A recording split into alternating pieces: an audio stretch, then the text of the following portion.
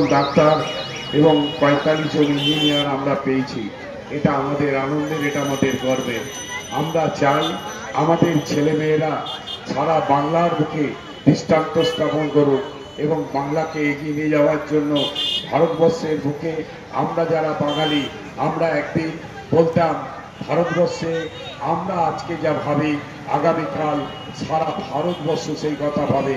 আমাকেও সেই দিন ফিরিয়ে আনার জন্য আমাদের মুখ্যমন্ত্রী মমতা বন্দ্যোপাধ্যায় সেই লড়াই লড়ছেন।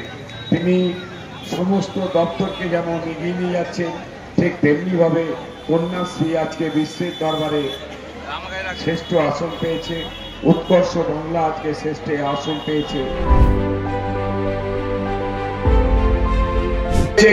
যারা শুধুমাত্র ধর্মের নামে, যারা শুধুমাত্র হিন্দু আর মুসলমানের কথা বলে, তাদের জেনে রাখা উচিত এ ভারতবর্ষটা হিন্দুদের ভারতবর্ষ, এ ভারতবর্ষ মুসলমানদের ভারতবর্ষ, এ ভারতবর্ষ খ্রিস্টানদের ভারতবর্ষ, এ ভারতবর্ষ পার্সিদের ভারতবর্ষ।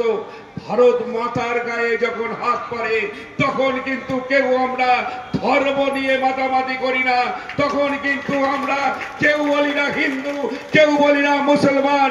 ভারতবর্ষকে রক্ষা করার জন্য জীবনের শেষ রক্তবিন্দু দিয়ে আমাদের সেনারা লড়াই করছে।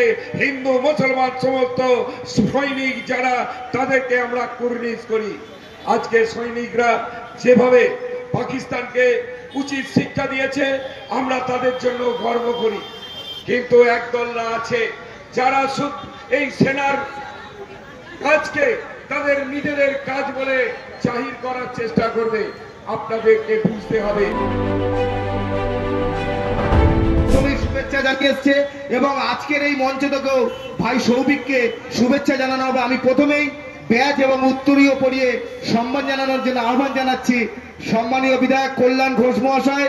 নিজে হাতে ব্যাজ এবং উত্তরীয় দিয়ে সম্মান জানাচ্ছেন সৌভিক সাঁতরা ভাইকে। মাননীয় বিধায়ক কল্যাণ ঘোষ মহাশয় ছোট্ট উপহার সৌভিক সাঁতরার হাতে তুলে দিচ্ছেন, সার্টিফিকেট তুলে দিচ্ছেন এবং স্বামী বিবেকানন্দর বইও হাতে তুলে দিচ্ছেন।